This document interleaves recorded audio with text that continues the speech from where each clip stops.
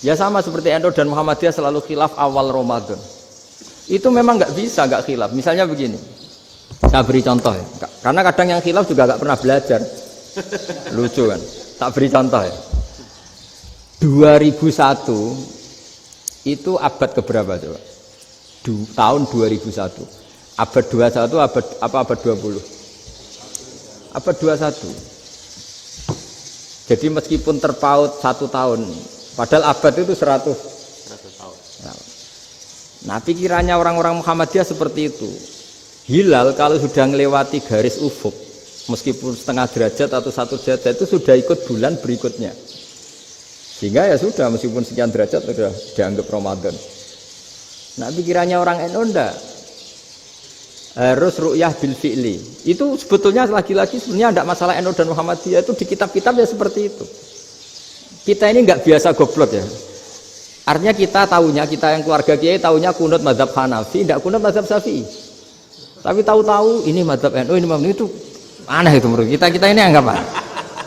Mana ada Muhammadiyah jadi mustahid, mana ada NU jadi mustahid. Jadi sebetulnya orang tahu semua lah kalau Abu Hanifah itu tidak kunut, Imam Syafi'i itu kunut. Imam Syafi'i pernah main di masjidnya Abu Hanifah ya tidak kunut, ditanya kenapa tidak kunut? Jenengan itu presiden kunut, tidak sanggup mati Abu Hanifah. Dulu dia biasa aja.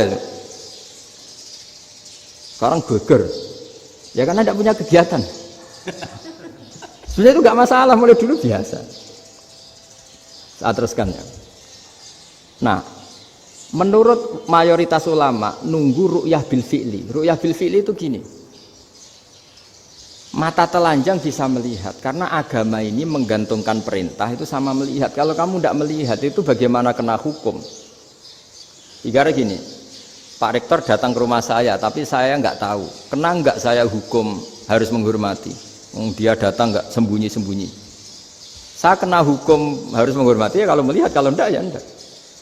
Tapi Pak Rektor tetap bilang, tapi saya hakikatnya datang, jadi saya datang itu. Itu kan ribet. Akhirnya ya sudah, itu nggak ada khilaf sampai mati ada khilaf karena yang satu menggantungkan hukum itu digantungkan sama tahu. Kalau tidak tahu ya, misalnya baju saya ini hakikatnya ada najis, pas sholat saya tidak tahu. Sholat saya sah apa enggak? Sah. Karena hakikatnya, ya memang saya tidak tahu. Tapi hakikatnya ada najis apa enggak? Ada. Ya sudah, itu sama-sama masuk akal. Ada lagi khilaf yang senam otak. Fasyamu salasati ayamin fil haji wa sab'atin idza raja'tum. Singkat cerita ada satu pelanggaran haji yang kata Allah kafarohnya itu puasa 3 hari sama 7 ketika kamu pulang, idza raja'tum, ketika kamu pulang. Dalam mazhab Syafi'i yang namanya pulang itu yang haji sudah sampai rumah. Di mana-mana pulang itu ya sampai rumah. Dalam mazhab Abu Hanifah enggak, ketika orang sudah balik kanan dari Arab Saudi, dari Mekah, ya namanya sudah pulang. Misalnya gini, ini Pak Rektor pamit saya, Pak Haris. Gus, Pak Haris mana? Ya sudah pulang kata saya, padahal sampai pandangan sampai depan. Tapi bagi keluarganya belum pulang. Lalu idza raja'tum ketika pulang itu bahasanya siapa?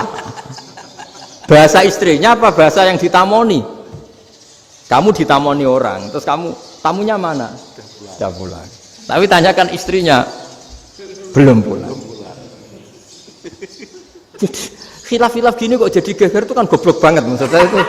Jadi biasa, gini itu biasa. Jadi ya karena memang ini bukan masalah akidah, ini masalah furu'iyah, masalah fikih itu masalah furu'iyah. Mau tidak mau harus beda. Misalnya di sholat juga gitu. Wa ayyuku udin ko adal musolli sokat sholatu. Duduk dengan gaya apapun itu sholatnya sah. Sehingga sampean kalau haji atau umroh, orang Arab itu jenenge duduk ngenak awak di kursi. Duduk sopan ya hanya orang Indonesia loh. Kalau sholat itu masih duduk ala orang tahiyat. Kalau sampean di Mekah, duduknya pakai apa coba? Kursi ya? Oh enak sholat duduk. Karena memang takbirnya di fikih dengan duduk gaya apa saja sah. Makanya sengenak awak duduk di kursi.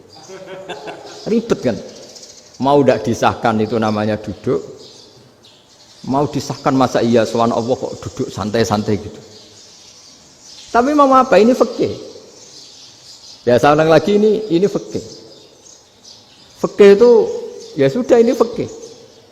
Makanya kalau ulama berdebat, misalnya Abu Hanifah berpendapat sholat itu wajib baca Fatihah apa asal Quran. Dalam mainstreamnya ya Fatihah, karena la sholata liman lam yaqra' bi Fatihatil kitab. Tapi cara Abu Hanifah enggak. Faqra'u ma tayassara minal Qur'an, bacalah apa saja yang mudah bagi kamu, asal itu Quran. Sementing gak gending Jawa, gak nyanyi lah gitu. Ya sudah, mau apa coba? Jadi ya susah memang kalau fikih itu ya sudah seperti itu. Ada lagi yang masih ekstrim misalnya. Yang namanya menyembelih hewan itu gimana coba? Dari hidup ke mati, apa pasti mati disembelih? Cara madzhab Imam Syafi'i yang namanya menyembelih itu penyembelian harus menjadi sebab kematian. Itu yang sah. Seorang lagi, penyembelian menjadi sebab kematian yang syar'i. Sehingga beliau mensyaratkan hewan yang disembelih ini masih punya hayatun mustaqirrah, punya kehidupan yang normal. Sehingga kalau nggak disembelih ya hidup. Sehingga kalau ada hewan ketabrak truk kejet-kejet, mesti mati ini buat sembelih. Itu nggak sah, karena nggak usah disembelih ya wes mati kan. Karena ini hanya nunggu koordinasi Israel kan, dia kejet-kejet itu kan prosedur itu. Tapi tidak disembelih pun mati. Tapi cara mazhab Malik enggak. Pokoknya anggere jek duwe nyawa jenenge kewan urip. Dengan kamu sembelih berarti matine mergo mbok sembelih. Meskipun nanti ya enggak usah disembelih ya mati. Coba hitung secara ilmu matematika. Kalau enggak disembelih hidupnya 5 menit. Gara-gara kamu sembelih hidupnya langsung mati. Terus dia matinya, cara di persidangan matinya disebabkan apa? Disebabkan disembelih apa kecelakaan? Loh, debat toh kamu. Sama-sama UMM aja debat.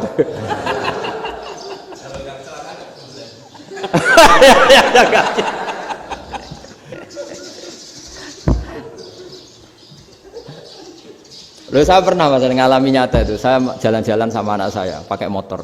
Sampai di jalan raya gitu ada ayam jago ketabrak mobil, kejet-kejet. Orangnya tanya, "Gus, ini halal tau ora?" "Wis kanggo kon halal."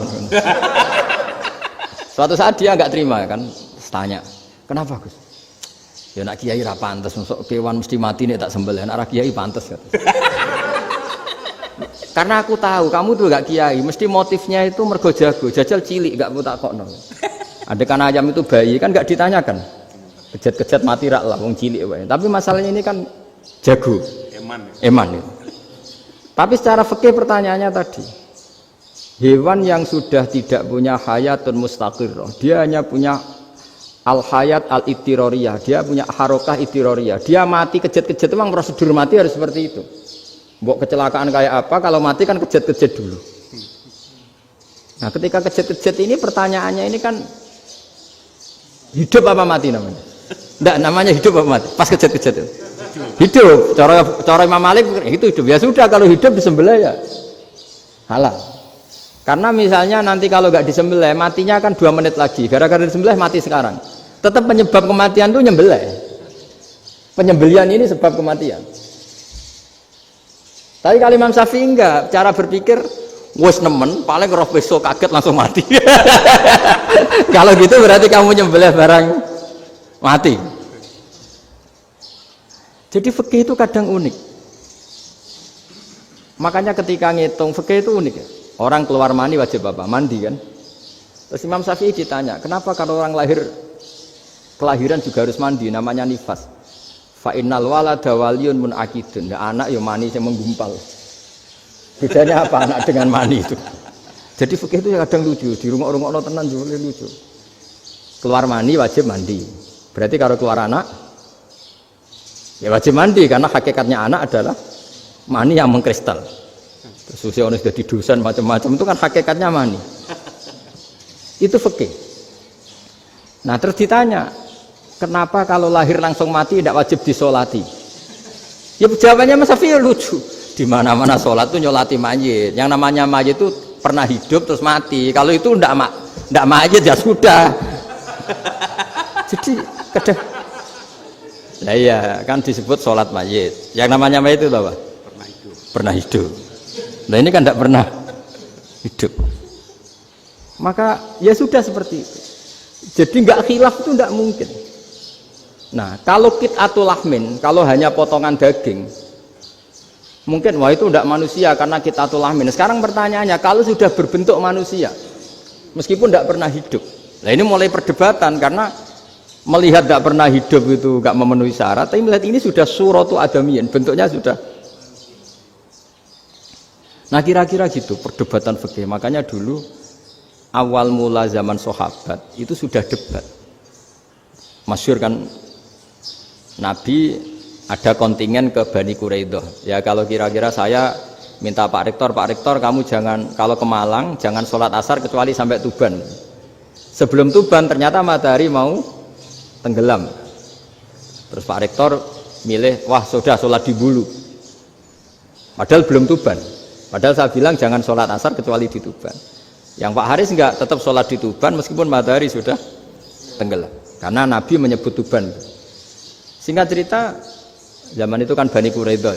La tusolliyanal asra illa fi Bani Quraidah. Kalian semua jangan sholat asar kecuali sampai Bani Quraidah. Ternyata di tengah perjalanan matahari sudah mau tenggelam, kira-kira kurang 2 menit atau 3 menit. Sahabat-sahabat, sudahlah kita sholat asar di sini. Kalau sampai sana pasti sudah tenggelam. Separuh sholat. Yang separuh enggak, kata Nabi harus di Bani Quraidah. Ya sudah nunggu di Bani Quraidah meskipun matahari sudah tenggelam. Singkat cerita dua kelompok ini matur, ya Rasulullah kita ngalami ini perdebatan gini-gini. Di semua riwayat di hadis-hadis sahih disebut falam yu'annif wahidan minhuma. Nabi tidak menyalahkan salah satunya atau enggak menyalahkan dua-duanya. Itu bahasa Indonesia juga ribet, yang benar gimana itu? Enggak menyalahkan salah satunya, apa enggak menyalahkan dua-duanya? Gimana bahasa benernya? Salah satunya. Salah satunya itu dua-duanya? Ya. Enggak, kalau bahasa Indonesia tidak menyalahkan Kedua-duanya. Kedua-duanya apa salah satunya yang benar? Kedua-duanya. Kedua-duanya. Jadi itu bukti bahwa ijtihad itu boleh. Saya ulang lagi, bukti bahwa ijtihad itu boleh. Padahal ini jelas yang satu harus sholat asar padahal matahari sudah tenggelam. Makanya di antara fikih unik itu begini. Saya ulang lagi fikih unik. Saya menyaksikan betul ketika ada orang tanya Mbah Mun saya ini Kopassus. Kadang latihan itu sampai waktu zuhur habis. Saya harus bagaimana? Jawabannya Mbah Mun itu unik. Sementing ojo ngosor sholat. Engko yo aja niat jamak. Atok kodok katanya. Singkat cerita terus orang ini diskusi sama saya karena ini ya alim pernah mondok. Kenapa qashar tidak boleh? Karena qashar itu ekstrim, merubah bentuk sholat dari 4 menjadi 2. Maka alasannya harus jelas. Harus jelas itu orang yang latihan di Kopassus itu kan dia sudah berasrama di situ. Berarti dia sudah tidak musafir karena asramanya di situ, sudah mukim. Kalau dia qashar itu merubah bentuk sholat dari 4 menjadi 2. Merubah itu ekstrim. Tapi kalau dia qadha itu hanya mengakhirkan sholat dari waktunya. Kira-kira kalau kamu jadi malaikat ekstrim mana? Merubah sama menunda? Ekstrim merubah kan? Karena 4 menjadi 2. Terus ojo jamak takdim tapi jamak takhir. Itu juga penting. Bagi pengkaji fikih itu penting. Kalau jamak takhir itu salah-salah sidik ora pati popo. Kenapa? Kan mirip duhur qadha. Kalau jamak takhir kan. Tapi kalau jamak takdim asar kok di waktu duhur, ekstrim mana? Perubahan takhir sama takdim itu ekstrim mana? Ekstrim takdim karena melakukan sesuatu belum waktunya. Belum waktunya. Jadi itu memang ya memang tadi kajian-kajian fikih itu memang unik. Karena bagi ahlinya, saya ulang lagi tapi ini saya ulang lagi bagi ahlinya. Makanya ketika Nabi menjamak sholat ketika nusuk, ketika haji itu kata Imam Syafi'i lis safar. Karena Nabi pergi jauh karena rumahnya Madinah.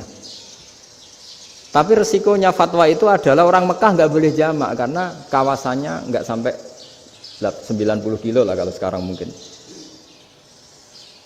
Tapi kalau tahu Imam Malik enggak, jalin nusuk sehingga orang Mekah pun yang haji ya boleh jamak karena alasan jamaknya karena nusuk, karena haji bukan karena jarak. Terus diteruskan lagi. Kalau karena pergi boleh jamak, memangnya pergi itu kenapa? Karena repot. Nah itu masalah kan, masakoh. Nah, terus mulai ada orang-orang yang ngawur kan, resepsi jamak, ribet. Wes resepsi duit utangan kan capek. Wah itu sudah jamak. Ribet kan. Jadi kalau sudah illatul hukmi itu sudah mesti bikin masalah. Kalau sudah illatul hukmi itu pasti bikin masalah.